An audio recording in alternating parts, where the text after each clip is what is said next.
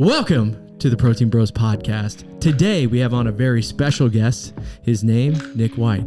He is a 3-time national champion powerlifter. He's an OG at Phorm. He's one of their original athletes, and he is also a St. Louis police officer. So today we talk to him about all three of those things, and we also get a little bit into St. Louis barbecue. I hope you guys enjoy. With police in general, it's a lot of ups and downs. I mean, you'll have some times where everybody loves you, usually around certain events and stuff. And then you got other times where it swings the other way. And, you know, you tend to have a lot of people that don't like you. So I guess you kind of just look at it like you're there to do your job. You're there to help people. And, you know, all you can do is that. I mean, however somebody feels about you, it doesn't change the way that you should do your job. So, yeah, I don't know, man. There's a lot of our staff that would argue like they want to be liked, you know. I mean, I think it's human nature to want to be liked, right? Yeah. I mean, that is, and I can see that a lot of people might not like the job because of that. It probably just takes a person who's really good at detaching. When they take their uniform off, it's very easy for them to kind of flip the switch and be done with it, you know? Yeah, everybody's different. I think I kind of have that, I have that ability, just leave everything, after my shift, I'm done. And I've never really had any problems, doing that. Yeah. And I could definitely see a lot of people do have that problem though. And it would affect them in different ways. You got a family yourself, right? You've worked yourself up to sergeant. Is that right? Yep. And so I think you have a lot of other hats and, identities that you can. But I think a young guy who's, joining the police force to find purpose in his life or her life, man, they're thinking like, this is who I am. And so when people don't like them, they're like, they take it always personal. Oh yeah. And so I think that's what I've learned from some of the younger police officers that I've talked to is that they've really had to like separate themselves from, they're not what people think, if that makes sense. Yeah, dude, from the outside looking in, obviously you are one of the first Phorm athletes. Me and Jeff have worked for... the original first Phorm athlete? Yeah. I think there was a few others right before me. Yeah. But I came on right at same time, yeah. When me and Jeff were working for Supplement Superstores and First Phorm was basically just being started, you were the first guy that was basically affiliated with our company that wasn't directly in our company, one of the first guys to do that. And so I've obviously followed you from outside looking in for a long time, and I've never even really looked at you, and I don't know how you'll take this, as a police officer. I never really thought about it like that because you're so ridiculously good at powerlifting, and you have your personality goes, your persona, what you value, it seems to go far beyond just your job. You know what I'm saying? Yeah. Would you say that's accurate? Yeah.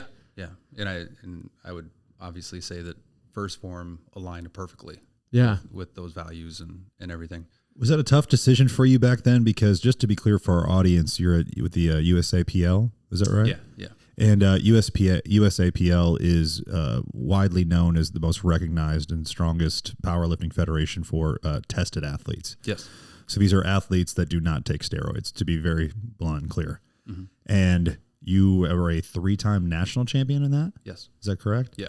And so for you to have these accolades, right, at this time, First Phorm has absolutely, no traction. I mean, there's probably 8 products that they make at the time. You know what I mean? Just a bunch of, like 3 flavors of Formula One. Now they have like 12, right?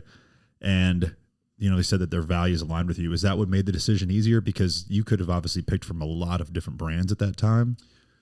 Well, back then it was a little bit different. Tell us about it. So sponsorship, especially for like powerlifting, there really was none. Powerlifting is a cult sport. You don't have a whole lot of opportunity to showcase it. If you've ever been to a powerlifting meet, they're kind of boring. So it's not like the most exciting sport in the world.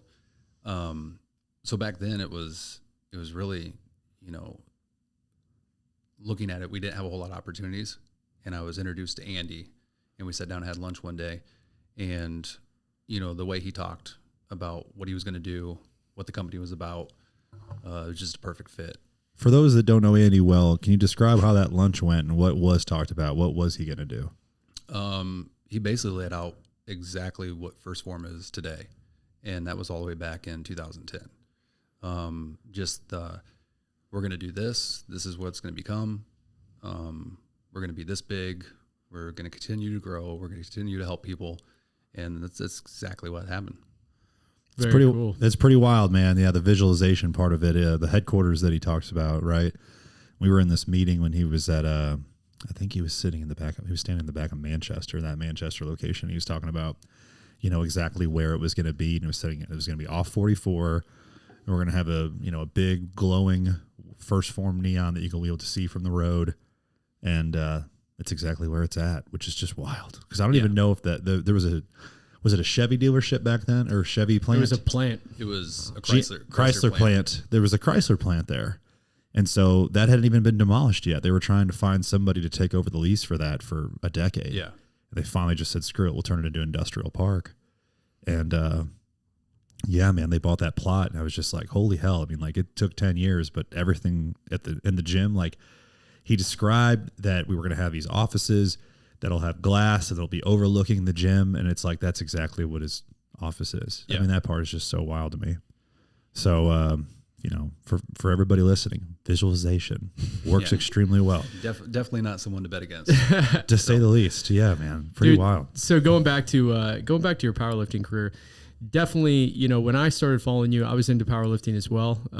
Obviously not to the level that you were at it, but I was competing in powerlifting, and it was so different back then because you hit it on the head when you said it's a cult sport, and back then it was even more of a cult sport because there was no social media. So there was no like glory really out there in powerlifting. You were kind of just doing it because it was an actual hobby that you enjoyed, and to see somebody like you get sponsored and then also be competing internationally and competing in some of the biggest meets like the Arnold. For our listeners who might not understand how one would qualify to go to these international meets, kind of walk everybody through that process of how you qualify and through what federations you have to win in to be able to compete in a powerlifting meet like that. So I lived in the USA powerlifting, which you touched on. It was drug tested. It was perfect for me. They're also the gateway to the IPF. Yeah, or they were back then. International Powerlifting Federation, the best worlds you can compete at. So that's where I knew I wanted to compete at. So in order to go to nationals, you got to hit a qualifying total in a regular meet. What would be a qualifying total?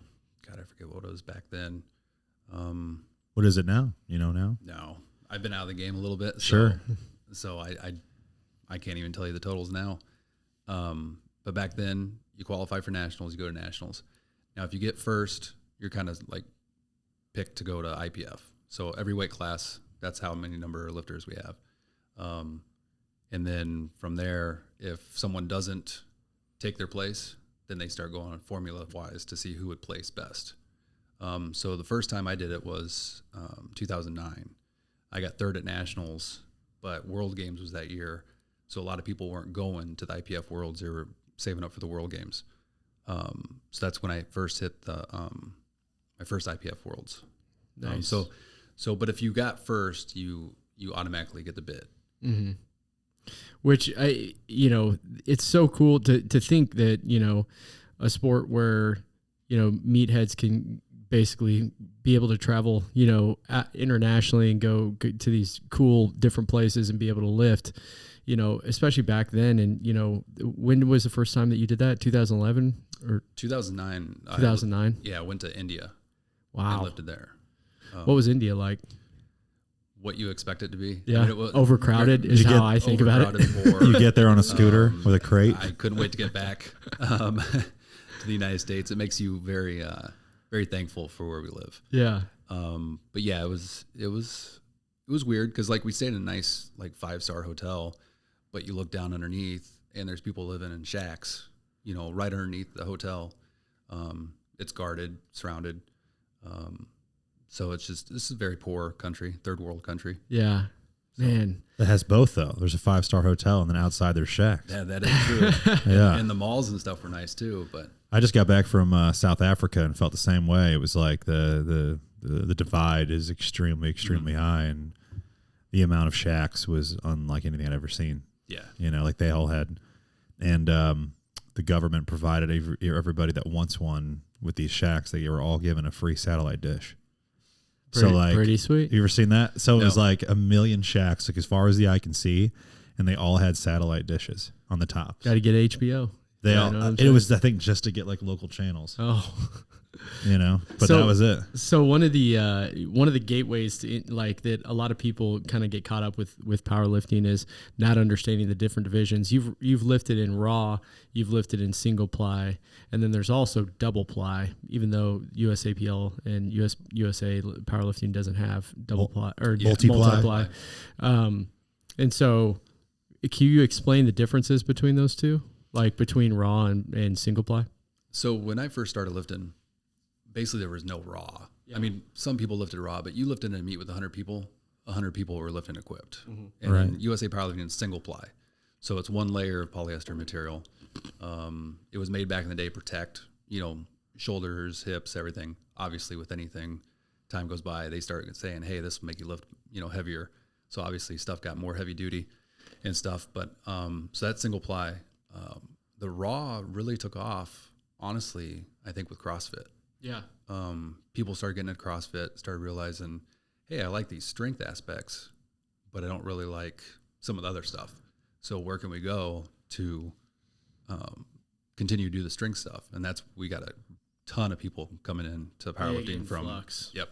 Which was cool. That was around that 2008, 2009, 2010. Yep. Raw started getting big, and now you go to a meet. Now when you got 100 people, maybe one of them will be lifting equipped. Yeah. It is least wild how that works. Yeah. It became barrier very to trendy to be entry- raw. Because single ply is such a technical, you can't just go into a gym if you've never done, you know, a single ply lift and lift. It takes a lot of technique work. And I think raw is one of those things where it's like, oh, I can just go to my local gym down the street. I don't have to have anybody tell me how to do this. I can just go into a squat rack and I can start to squat.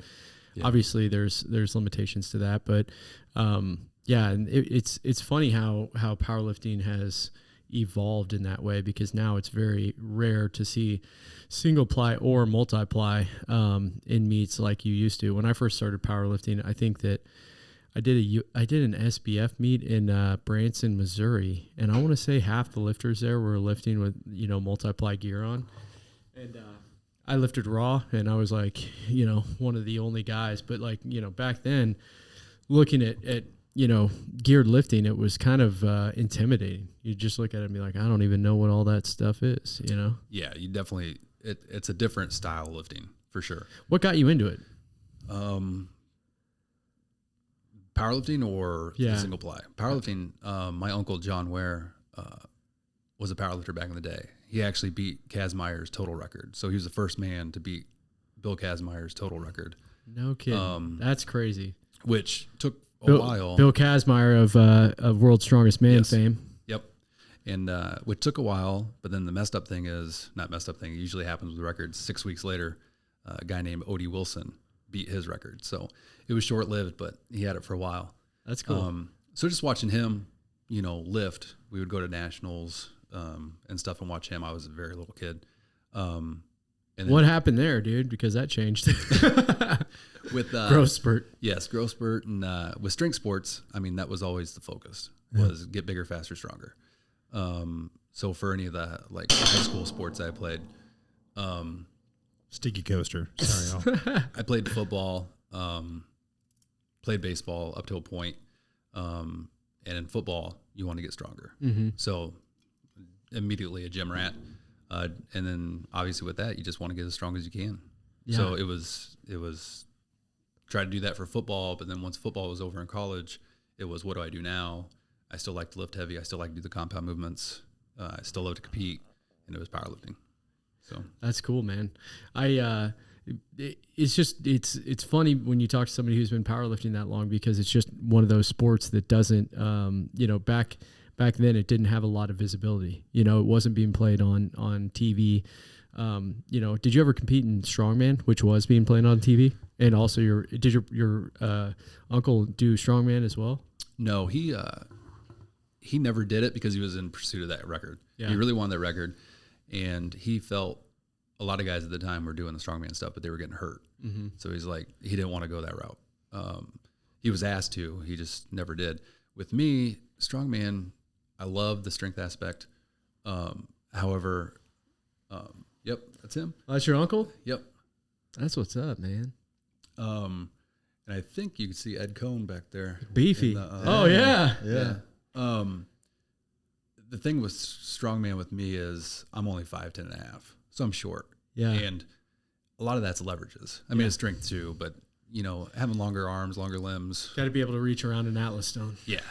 That's kind of my drawback for that. Yeah. But I love watching it, but just never competed. That's cool. Man. As you were getting into the powerlifting sport itself, you know, when you started competing, what made you pursue it on a high level? Because like Kyle was saying, there wasn't a lot of external validation that came with it. It was just a straight up you versus you. And then you recognize that there's a ton of other people that do this too whenever you show up to these meets. Do you remember what it was in your mind where it kind of clicked and you said like, all right, I can do this and I'm going to compete at a high level? So I'm the type of person, if I'm going to do something, I'm all in. Mm-hmm. There's not, you know, I'm not just going to show up and have a buddy say, hey, do you want to go to this meet next week? Like, no, if I'm going to plan for it, I'm going to prepare, and then I'm going to go win. And so 2009 in India, I was picked as an alternate for Worlds, and I got third place at Nationals.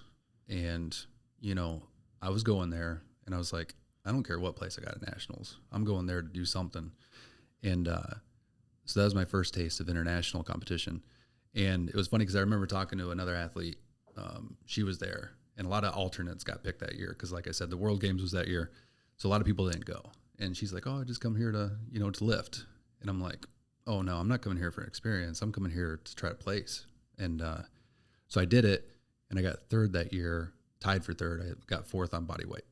So I got fourth in my class. And then from that on, I was like, you know, we're doing this. All in. Yeah. So India was the time. Yep. That's awesome, dude. I can't imagine, especially back then, like you were saying, 2010, 2009. 2009 was it. Yeah.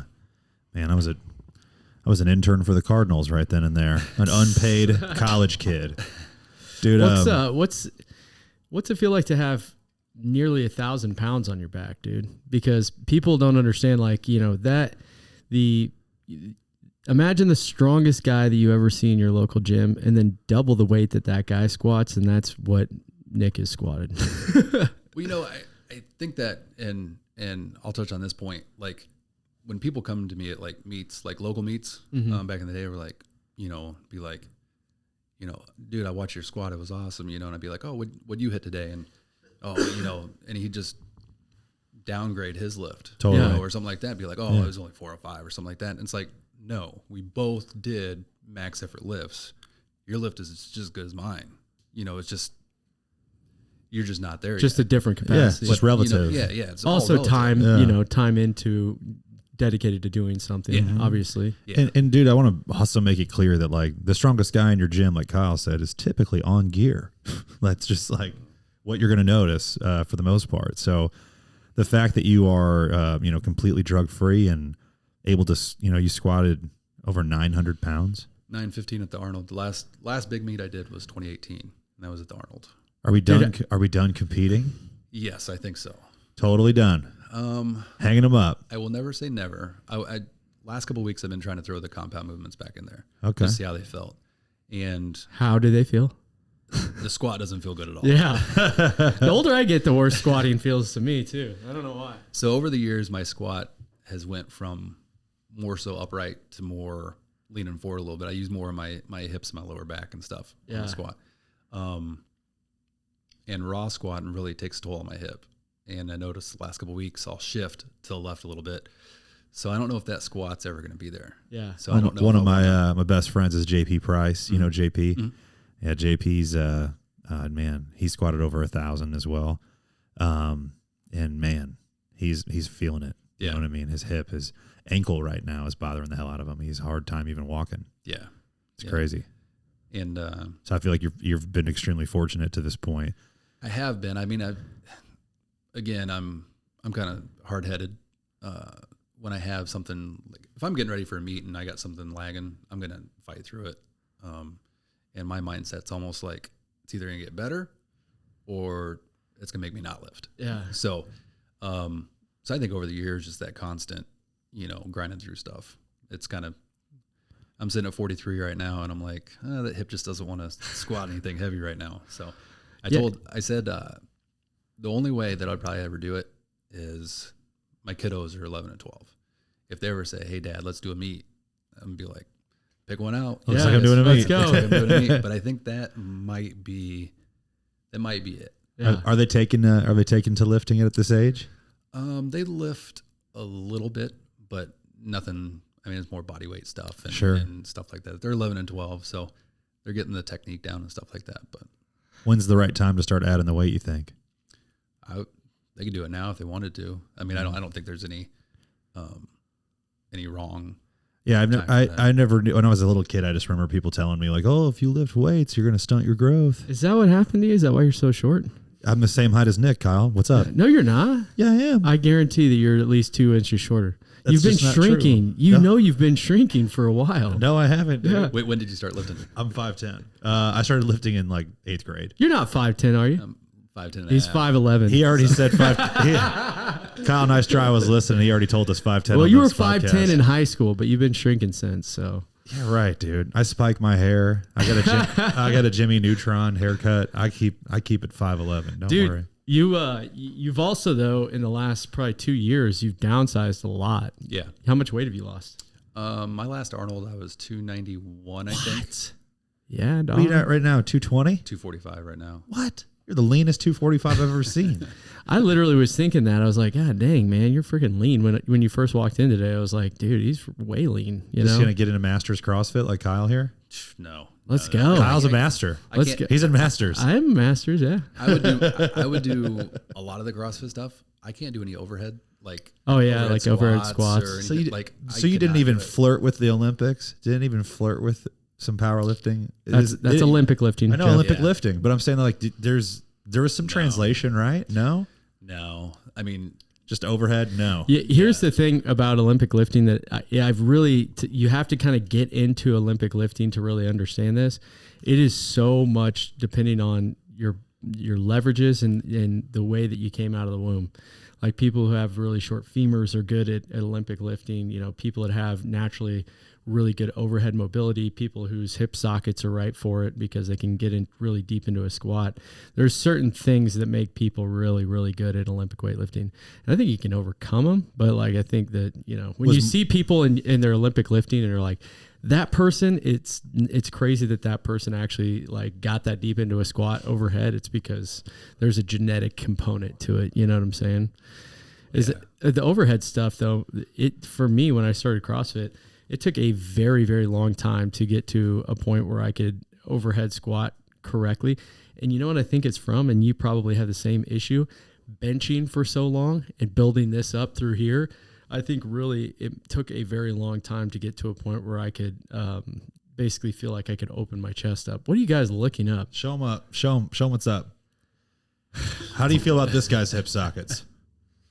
Sexual chocolate himself, Mark Henry. he lifted in the USA powerlifting. Did he? Yep. Yeah. Dude, he competed in the Olympics, didn't he? Yeah. Yeah, Mark Henry, dude, Sexual Chocolate, a.k.a. WWF wrestler when I was a kid. Did you just see that power jerk? Well, how much is that? He just power jerked probably but look at him picking up this dude right here. This is when I met Mark Henry, a.k.a. Sexual Chocolate. I think he competed in the Olympics. I thought he did. Yeah, that was his claim to fame when he came to wrestling. But I just remember being like, this is the only Olympic lifter I know is Mark Henry, Sexual Chocolate. We talk about being hard on the body too. I mean, that stuff, that just grinds away at you. Correct. Dude, JP's business partner, Ethan. Ethan's he was really close, man. Ridiculously good. Really good Olympic lifter. So sorry to get off track there, but what made you decide you wanted to downsize? Well, I was about ready to hit 40. Mm-hmm. And we got heart disease in the family. And so my uncle John passed away at 46. So heart related? Yep, heart attack. Damn. My mother, she's had a heart attack. So it kind of runs in the family. So I knew weighing 290, wasn't a good idea for me. Yeah. So just kind of decided, hey, I want to start losing some weight. My wife, she runs half marathons, and she's like, hey, let's sign up for a race. I saw you did that. Yeah. Or you have been running a lot. Yeah. So since that point, At 290. no, I didn't run it at 290. Yeah, let's hear about that. Got to lose a little bit. Yeah. I remember running, not being able to run a mile, just couldn't run 1 mile. And then just like anything, I'm driven by results, just like powerlifting. That's why powerlifting was great. I use running the same way. You see results, you can run faster, you can run longer. So I really Chipping away at it. just loved running at that aspect and just started doing it. And we signed up for a half marathon, had 2 goals, run under 2 hours, and then nonstop. So I think I did that one at 151. So I ran it like 8:30, I think 8:32s. Yeah. 5 miles. Nice. I was about 240, I think, for that one. I might have been in the 230s, upper 230s. Hips felt it the next day, didn't they? Yes, that's one. That's what got me. I unforgiving ran too. one that was when I was like 230, and I woke up the next day. I was like, my hips hurt. Yeah. So picking out races now, do that. We've done a 50K. Oh, you've done a 50K? Yeah. That's cool. Me and my buddy last summer went to South Dakota, did the Mickelson Trail. It's a 110-mile trail. He threw it out there. He's like, hey, let's go out here to South Dakota. I want to hit this trail up. And I was like, let's do it. And so we did it in 3 days, just me and him. Just hiking? No, just backpacking? running. It's like the Katy Trail. Okay. It's crushed pebble. And 3 days we did about, he didn't quite do the 109. So I was out there a little bit on my own. But it was, I think I did 36 the first day, 36 miles. And this is running. Whoa, Well, dude. I did intervals. So running. At least you had some good views while you were doing it. Oh, it was beautiful out there. We did, so how we handled it was 0.15 run, 0.10 walk. So we just did intervals the entire time, which ended up being like right around the upper 12-minute miles, minute per mile. So yeah. That's awesome, dude. So I'm just finding things like that to do now. Different things to basically challenge yourself with. Yeah. I mean, there's endless amounts of possibility out there. Very well is, man. Very well is. But the heart disease thing, man, it's something that a lot of people don't think about. Heart disease runs in my family too. My grandpa died, it's 46 as well, of a heart attack, and it's something that I've thought about a lot. But I spent many years being 250, 245 when I was competing in powerlifting. And I kind of went through the same thing where I was like, yeah, you know what? I probably should just chill out on like my body weight, and I should probably start doing some cardio, because there was a point there where if you asked me to run around a building, I would have been winded, And so CrossFit 3 and 4. You were winded. Quality of life has gotten a lot better as far as, random playing with your kids. Yeah. It makes a huge difference there, just being at a lower weight and also just having a little bit more cardiorespiratory fitness, So Yeah, and that's what I was going for. With the kids and everything, you kind of start thinking long term instead of short term. And it was like, I got to do something. And that's one thing I've always struggled with too, is the weight. And I think powerlifting allowed me to kind of balloon up to whatever I needed to do, and then just cut to the weight class. And then the last several years, they got rid of the 275 weight class, so we had the 264s. They're super heavy. And I was like, and I was doing the Arnold, and a lot of times with the Arnold, it was pound for pound stuff. Yeah. So it wasn't like, I don't need to be in a weight class. I'll just weigh what I weigh to be as strong as I can, and then, throw the chips in and see what happens. Go from there. As being lighter now, and I know 240 is still not like, other people are probably still thinking that's huge, but like, do you feel like that's helped you now as being a better police officer, just having that more, higher level of energy, I guess you should say? What's the word I'm looking for, dude? I can't recall words today. Stamina? Yeah. Well, Cardiovascular endurance. That's what I said. Cardiorespiratory fitness. Because I've been on for 17 and a half years. Yeah. You're not chasing bad guys? Yeah, I'm not really chasing bad guys anymore. I'm more of a office sergeant right now. Sure. I have guys that work for me, and we do like more community outreach stuff. So I'm not really out on the streets anymore. that could change tomorrow. I was gonna say, talk about the all-time things you didn't think you were going to do when you signed up. That is one of them. Yes. And family and scheduling and stuff definitely changes your ideas sometimes. I mean, when I first signed up 18 years ago, I was like running and gunning. Yeah. You go out and get the bad guys. Yeah. Yeah. And that happened for a long, many years. And then after kids and everything, it's kind of like I got made sergeant and middle management. So you kind of just start, trying to get the best schedule you can. But like I said, it could change tomorrow. I could be back on the streets tomorrow. What's the future of police work look like to you? With the way things are going, climate, defunding police, funding police, what's the future of policing in St. Louis like? I think it's back on the way up. I think we got a new chief, the first chief that's ever came from outside the department. He's got some good ideas and everything, and he'll have to implement those ideas. But I think it's swinging back, toward more pro police in the community and stuff. I think, you gotta come out to the community. You have to, talk to the community. You build those relationships and really do that. Build the trust back up. Totally. And I think it'll go our way. I think it's going our way. So we had you guys have had like a big string of like cars being stolen in St. Louis. Is that correct? yeah, Hyundais and Kias. Hyundais and Kias just going bananas. Yes. Oh, that's because of TikTok, isn't it? Had something to do with it. People on TikTok showing other kids how to break in and steal a Kia. Yeah. Wow. Yep.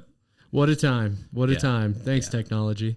Car thefts have always been a big thing, but that really didn't help. Yeah, my sister had, I believe, either a Ford Fusion or a Kia. One of the two. They looked the exact same, but she got hers stolen twice. That's an accomplishment, man. Yeah. And she was lucky enough to get it back? She was never lucky enough to get it back. It was completely totaled both times. One time they found one of them at like a strip club, completely mangled and just left there. You know, the other time was she was actually held at gunpoint by a couple at the parking garage across from the Galleria. And they were just preying on people there, just waiting. And so she walks to her car. She gets in. One person goes to one side of the car, the other person goes to the other side of the car, and they just say, "Get out, we're getting in," and they just left her. That was that. That's terrible. Yeah, man, she was startled for sure. She was startled for sure. It was a pretty crazy story, man. She lives by herself out there, and so it just makes you nervous. That's all. Yes, it does. I got a question for you, man. So you've lifted at the Arnold. I bet that's a pretty crazy experience. Have you met Arnold himself? No, we never have. Really? So seen him walking by. Yeah. I mean, they have. You guys have been there before, right? Dude, I've never been. I've never been. You know either. what's funny is I actually had tickets the only year I was going. That was 2020. Man, Which was just so everybody knows, the Arnold was like the first for the fitness world. It was the quintessential event that like everybody in the world was wondering how serious are we going to take this COVID stuff. And when they canceled the Arnold, we were like, oh my God, Yeah. the world is ending. Because like you would never, this event is, people have paid. I mean, there was millions of dollars worth of vendors there set up, and they couldn't, and only the athletes were allowed to compete. Family members weren't even allowed to join. Yeah, that was 2020. So I was done in 2018. I skipped 2019 because I kind of started thinking I'm not going to powerlift, and I haven't been back since, even to go watch. Sure, but I'm guessing it's nowhere near what it was. Couldn't possibly be. Yeah, I was told. We just had some friends who went as a vendor, and they were like, it still hasn't returned to its full glory, if you will. And they're trying, you know what I mean? But also I think Arnold has said some controversial stuff that a lot of other people in the fitness world don't really want to support him for. Yeah. And, Did you see, do you ever see Dave Tate's Arnold bingo card? No. You haven't? Oh God, it's so funny. It's like, it's a bingo card and it's got obviously different things that you see at the Arnold. It'll be like synthol, and then it'll be like back knee. Yeah. It's like, I think you would hit bingo pretty quick. yeah, it's like cut off jeans with like military boots. shirts with angel wings. There How was- many angel wings have you seen today? So I think 20. God, what was the first year? 2008 might have been the first year. It's right here. Oh yeah, Anadrol, bloat face. yeah. Selfie stick's a good one. Men's hair highlights. Chicken breast and Tupperware. Distended abs. Boots with shorts. You Zit the killed it. size of a nickel. You would fill that quick. It's I mean, the whole thing. YouTube guru. I saw this and I just thought it was so funny. I was like, oh my God. Bright shoes. You should have put like the race car shoes on there, or the lifting shoes. Lifting shoes? Well, no. Lifters? What do you call Ollies? them? No, not ollies. The what are the ones that like Converse? no, Dude, your brain is not working today. I know, but no, dude. Think of like Kai Green's shoes. The Osiris. Osiris. Yeah, they look kind of like your like a race car driver shoe. I think they look like wrestling shoes. Same. It's like a combination of them all. They have like Goodyear tires on the bottom. Yeah. That's what they look like. Anyway, classic. But did you get to see, because you were on that era when Game of Thrones was still strong and the Mountain was competing? Yep. Did you get to meet him? No. Thorpe. Isn't that his name? Yeah. Thor. Thorpe. When I was lifting, I think it was 2018. He was in the crowd, and my brother and the group of guys I was with went over and got a picture with him and stuff. But I was on the stage lifting, so Yeah. Didn't want to meet the Mountain. Nope. Thor, I think he just tore his pec. Yeah, he was. I think his goal is to break the all-time record. He's gonna have trouble with that. Yeah. But All-time record. total. In Really? powerlifting. Yeah. Yeah. He's still apparently half a pound lower than JP. Oh, really? JP's psyched about it, of course, as I would be as well. Yeah. He's like, yeah, that guy's like, fourth and I'm third or something like that, whatever it was at the time. Yeah. Speaking of records broken, wait a second. Who has Kyle. it? Milanichev or something? I can't even tell you anymore. Yeah. Luke, I know the fact checker. No, this would be it's for total. squat, just total. Say all-time powerlifting total. But, Untested. dude, Do you know who has it for tested? the guy that just competed. God, what was the meet called? It was the big IPF related meet a couple weeks ago. I can't and broke think the of his total, name. all-time total? I don't know if it broke it, but it was. Oh, that's the equipped. Oh, is that? Yeah. Type in raw. How do you feel about that lift of old Dave Hoff? That real? Have That you guy seen right it? there is. Jesus Oliveras? Yes, that's him. Imagine the way that this guy This is is sitting. wait, and this guy's tested? Yeah, couple weeks ago, No. killed it. Yeah, Oh my God, dude. yeah. This guy has not taken drugs. That was at the big IPF meet. Kyle, you're weak, dude. Dude, You're weak, dude. I know, and I'm still twice as strong as you, which makes you just. Yeah, I don't compete at powerlifting. Yeah, I know. You don't compete in anything except for. Oh wow, dude. And that 903 deadlift looked Effortless. Oh yeah. Go back. Go to untested, because that total can't be far off. Dude, Oh, I think that might be just the in all-time. general, all time. Yeah. That's crazy. Because I'm like, dude, that can't be far off. I mean, dude, we had Kate, Kate Proctor. Mm-hmm. He works out. He's been on the show as well, and he used to work at Something Superstores actually. To see him do, what do you do? 800, 800, 500, something like that. I mean, like, that was incredible to see at 2100, and now you're telling me this guy got. The lifting vault, and yes, you have read the title right. Jesus Oliveras, a tested lifter in the IPF, which is the strictest organization in the world, has broken the all-time total 600 pounds. JP's got a 600 bench. Yeah. It really 1,000 can't. pound squat. There's also. But his deadlift was like 750. That's the thing. A lot of those guys with the all-time Wait. records. This is the 904. Rewind that a little bit, Luke. Watch that one more time. That thing went like butter. What the F? What? Yeah. What? What? You really also can't Dude. explain to people like how different the standards are from federation to federation. So it's like you almost have to sometimes take records that you see in powerlifting with a grain of salt and look at like what federation that they were done in. Well, you look at just world records in general. Yeah. I mean, there's like 50 federations. So Right. you got 50 world records Yeah. for each weight class. Sure. You talk about all time. That's really kind of what you want to look at. Or if you're USA powerlifting guy, you look at those records. You don't Right. really look at, beyond that. Yeah. If you're tested, you're going to look at only tested. Yeah. I mean, you want to do apples and apples. yeah. So you want to look, but some of those organizations, I mean, are just awful. Yeah. I mean, I lifted in some SPF bad. Yeah, strict wise, I mean, you're talking about quarter squats getting past. Right.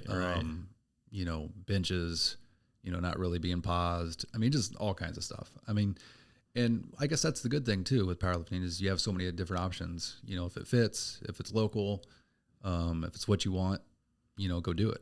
And, you know, it's those guys that are, you know, trying to take things and like compete in USA powerlifting. It's like, there's organization for that, you know? So, but then, I mean, yeah, to me, USA powerlifting, this judging was strict, you know, it was exactly what I was looking for. And I was looking for the gateway to the IPF. So that's what took me there. Yeah, that's cool, man. The first time I ever squatted 600 in a competition, my girlfriend at the time, my wife now, was sitting right in front of me and videotaping it, and I hit it. She forgot to hit record. No, I got all 3 white lights, racked it, pumped, came back, looked at the video, not deep enough. Yeah, that video has never seen the light of day on social media. But I technically, you knew you didn't hit depth. Was everybody would know I didn't hit depth. It was like, I mean, usually you can't call depth from the front if you know. It's easier if you have somebody that doesn't have as big of legs as Nick. You know, if you have somebody that's got really big legs, it's like impossible to call depth from the front without somebody from the side. But this video, she's kind of at the side, and you can definitely tell that I do not hit depth in it. And I'm like, dang it. You've gotten it before, though, where you did hit depth. Yeah. But it was like later. The first time, you know, you feel like kind of. Well, you lifted to their standards. Yeah. So, I mean, that's no fault of yours. Yeah. That's the way that I kind of looked at it, was like, you know, you're only, but that's why, you know, lifting in federations, that's when I started lifting in USPA and USAPL, because it was like, okay, where's the federations that have better standards, and then found those federations, and those federations were better. But yeah, it's crazy how much different. And if you look at multiply lifting, like I said, that Dave Hoff, if you watch the video of Dave Hoff squatting that, it is questionable to say the least. Yeah. It's a lot of weight. It's crazy how much weight he has on his back, but it's also like, man, if you watch Nick squat and then you watch that squat, you're like, this isn't even the same sport. Yeah. No, and multiply just in general is keep the volume down, Luke. Let's watch this. So this is Dave Hoff's squat you're talking about?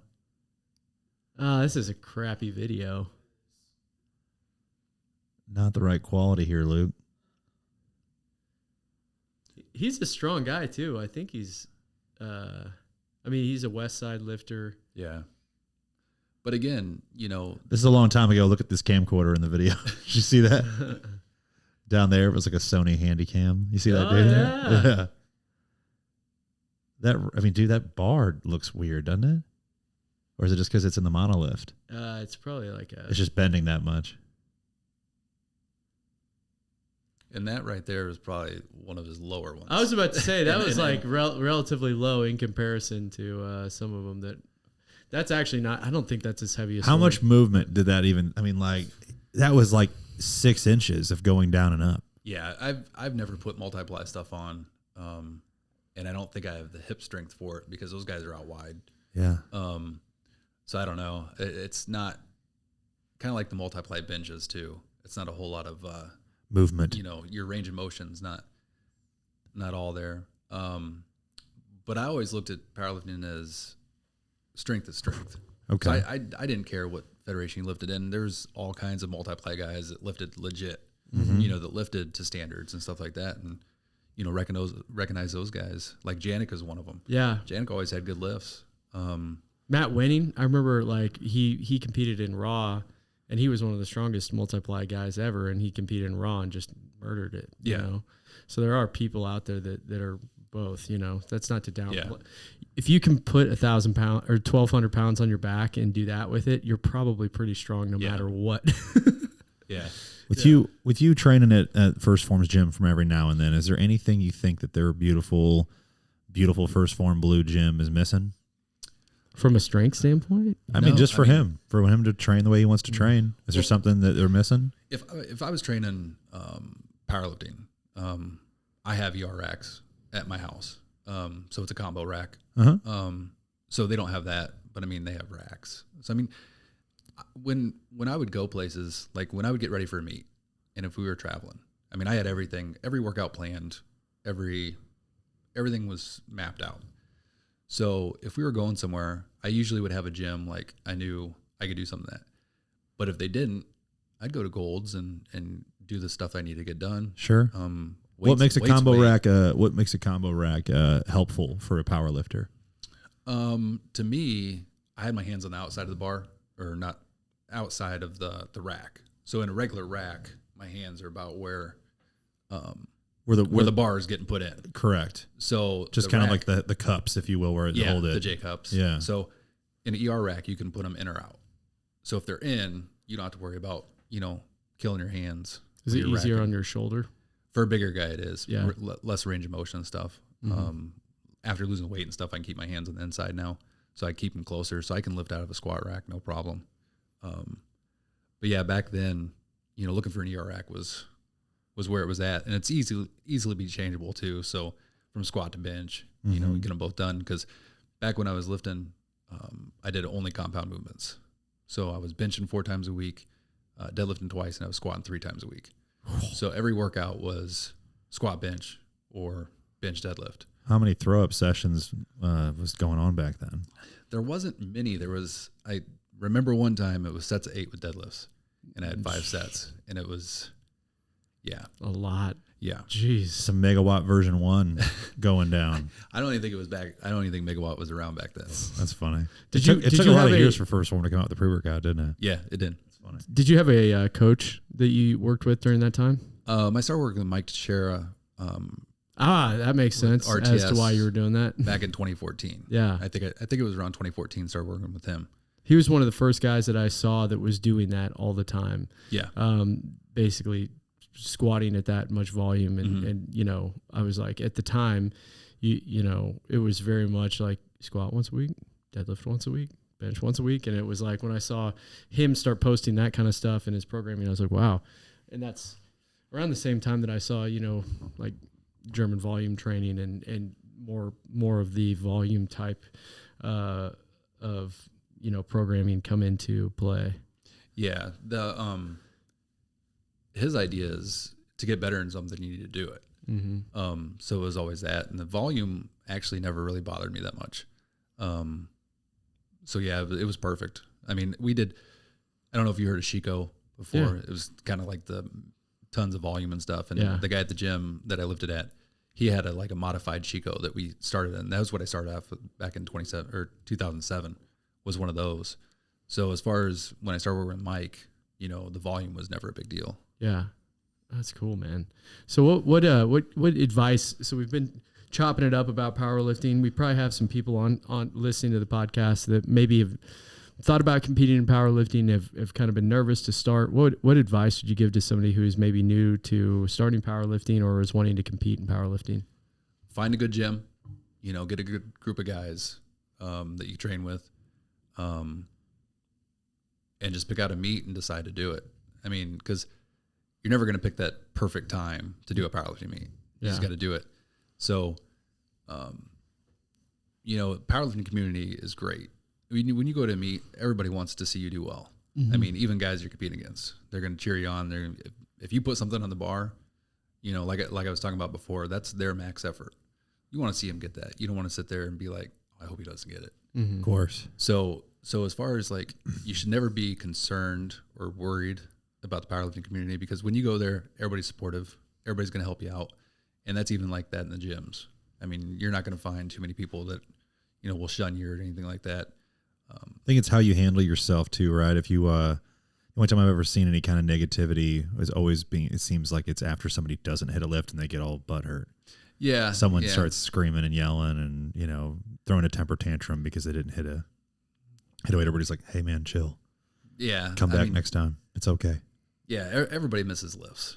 I mean, that's the name of the game, but, I would say starting off, just get a good base, don't do the ego lifting. Make sure you got good technique, find a good group of guys, and just go from there. I mean, it's like I said, there's local meets, there's different organizations. However you're lifting, you could definitely find an organization, get in. What's your favorite powerlifting gym in St. Louis? I'm sorry. I've trained at some good ones. Favorite though, I mean, I lifted Output Performance in Brentwood. They're over in Afton now. So that was always my favorite, from there. We had Bill McDonough was a guy he was a police officer when I got on. And that's how I kind of got on the powerlifting with him.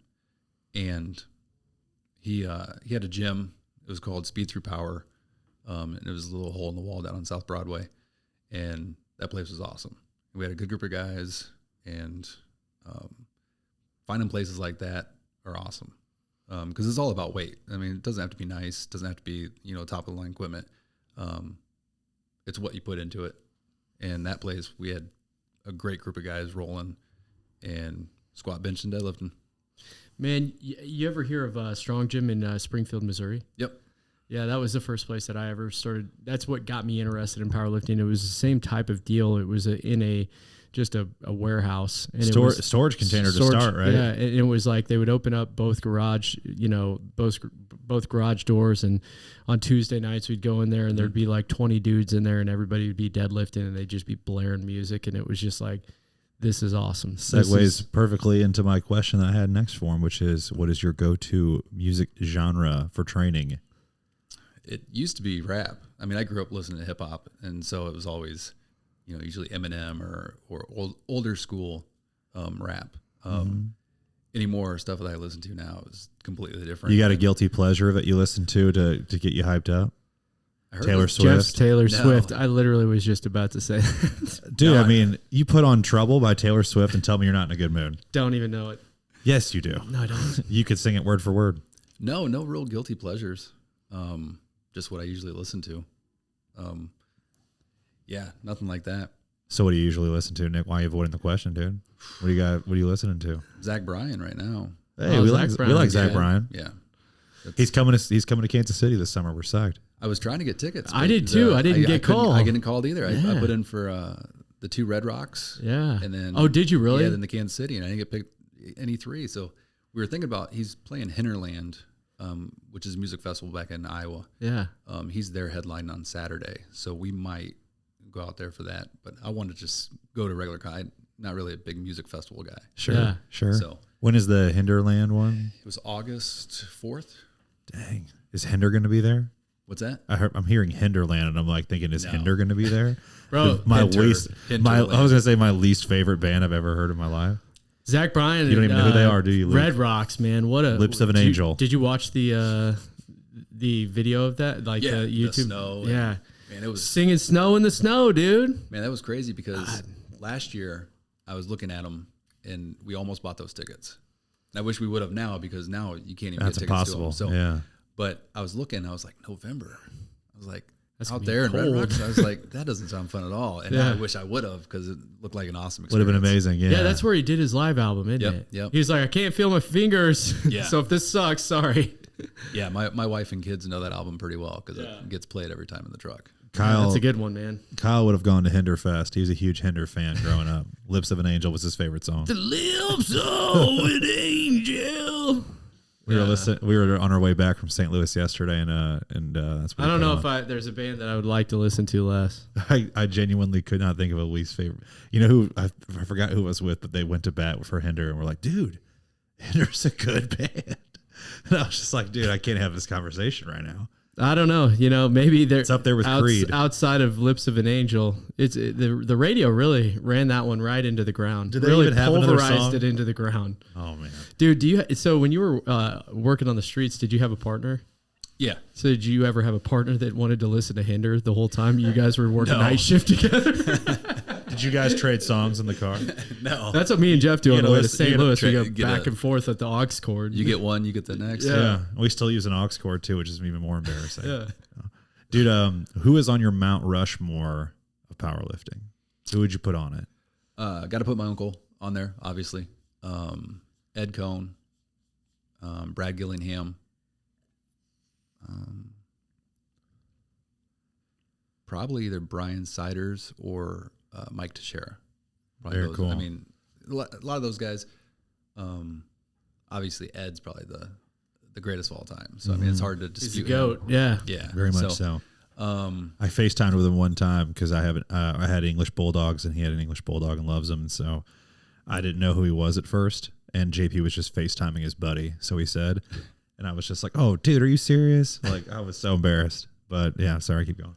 No, I mean that's about it. I was able to lift with Brad a lot at the national and world meets. Great guy. So he's one of them. Yeah, that's about it. That's cool, man. We ask everybody the same question here at the Protein Bros podcast, and it'll be really interesting to hear your take on this for St. Louis because. Oh, you're gonna go to St. Louis? Yeah, I think it's smart. Yeah. While you're out here, we'll treat you to something else. Actually, dude, before you ask this question, I think Sure. it's fair we got to ask one more early athlete at First Form question. What's something that maybe somebody doesn't know about that happened in the early days of First Form as being an athlete? Because you were one of 4 people that got brought on in the very beginning.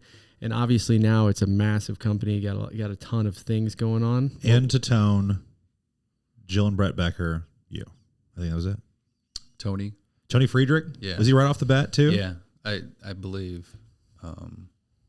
Still with them too? Yeah. Yeah, and as all of them are, I believe, except for Jillian.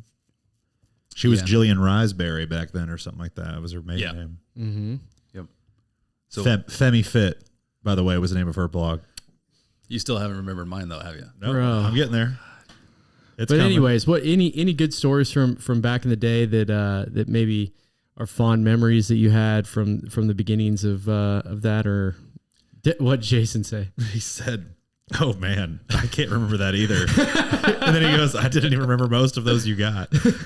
Ask him if he did those ads, if he took the rest of those pictures. Okay, well, The probably just thinking about where they started to where it is now. Like I remember the first awards banquet. I mean, Oh yeah, there was probably 50 people. I Yeah. mean, it's just crazy to think now. the first so awards back. banquet, I believe, was like 2013 or 14. No, it was That you were- 11. No, that they were there for. I thought. I didn't know you Oh. guys even. No, I think Like First Form wasn't even there for the first Yeah, couple. that's true. Yeah. yeah. But So it like was- they acknowledged them, the First Form athletes that were there and stuff. I believe at like 12 or 13, 14, something like that. yeah. And So- the girl that I'm thinking of, his name was Jenny something. You're right. It was Jenny Drennan. Drennan. Jenny Drennan. Yep. Yep, another one of those. She got on when she became an IFBB pro back in the day. All right. Emery Lane accomplished. But yeah, it was the awards banquet for you. That was the first. Yeah. Just, Seeing the ice sculpture. they still have the ice sculptures true. every year. Yeah. Just seeing the company, grow and go into the vision that was already there. Probably just the totality of it. Yeah. There's no real stories. Just seeing from headquarters to what it was to what it is now. Just amazing. Yeah, man, that was S2 headquarters at first too. Remember that? It was just all S2 signs everywhere and everything. Yep. And then all of a sudden overnight, the glowing S2 table became a First Form rectangle in there. Yeah, it's pretty crazy. We got a second headquarters being built right now. You know about that part? Mhm. We're Supplement Superstore is going to have 30,000 square feet of that headquarters. It's crazy. We're psyched. It's They're going trying down. to stun our Kansas City, headquarters we got going here. Yeah. I don't know if they're going to be able to pull it off, but whatever. This HQ right here, it's hard to top. Yeah. Hey, you guys are doing it too. We're doing all it right. too. Yeah. So Tell me this. So in St. Louis, there is you guys are known for St. Louis style baby back ribs. Okay. Is there a great, phenomenal St. Louis barbecue spot that you think holds a candle to KC barbecue? Bogarts. Dang, this is a alright. new one. Never even heard of Never it. heard of it. Bogarts. Yeah, down in Soulard. There's like Salt and Smoke. There's Pappy's. I was going to say Pappy's. Pappy's. I was almost certain and you were then going to say Pappy's. Sugar Fire. Sugar Fire. We go to Sugar Fire quite a bit now because it's close to the house where I live in High Ridge. There's one in Fenton. I think a Sugar Fire would do great out here. They're starting Yeah. to franchise. I'm like, man, I don't know why they don't think they can handle it here. I think they would kill. We saw one when we went to Indy several years ago. Yeah, there's one in down there. Denver, Yeah. and so jumped right past us. But Bogarts, tell us what makes it special. I'm real simple when it comes to barbecue. Pulled pork, and usually it's the sauce for me. That's what they have. Have you had some KC barbecue before? No, never have. Well, before you head home, dog, we got your back. All right. There's some great spots around here. Here's the question: if you go to Sugar Fire a lot, do you like the white sauce? I do. White I sauce believe is good. I believe it's the Alabama white barbecue. Alabama? Is that what it is? I don't know. It's good. I just Yeah. call it the white sauce. It's good. Yep. One of my neighbors, It's horseradish, really, right? Yeah, it really Yeah. is horseradish sauce. we ordered in one time, and one of the neighbors got that, and I tried it. Did you try their crack pie? No. It's just like gooey butter cake mixed with. You know who turned me on to the crack pie at Sugar Fires? Sal Frisella. You know who turned Sal Frisella onto it? Jeff. That makes a lot of sense. Makes a lot of sense. Come on now. Yeah, man. Thank you for doing this, man. No problem. I sincerely appreciate you coming all the way from St. Louis too. For our listeners, know that he worked really hard to get here, and I think that deserves a lot of credit. Yeah. Thank you. I appreciate it, guys. I mean, my second ever podcast, so It was good, dude. It was a good one, man. I don't know about that, Yeah. but no, it was No, good. you're killing it. You have you want to shout out where people can find you and follow you? Instagram's USAPL275. No underscores, no nothing. Nope. Cool. Just USAPL275. That's about the only. I mean, Facebook, but it's just my name. Cool. That's all the social media. Awesome, man. Like I said, thank you again for coming in, man. We appreciate you coming on, dude. Yeah, no problem. Thank you guys. Thanks a ton, Nick. Yep. Appreciate you, dude. Thanks, man.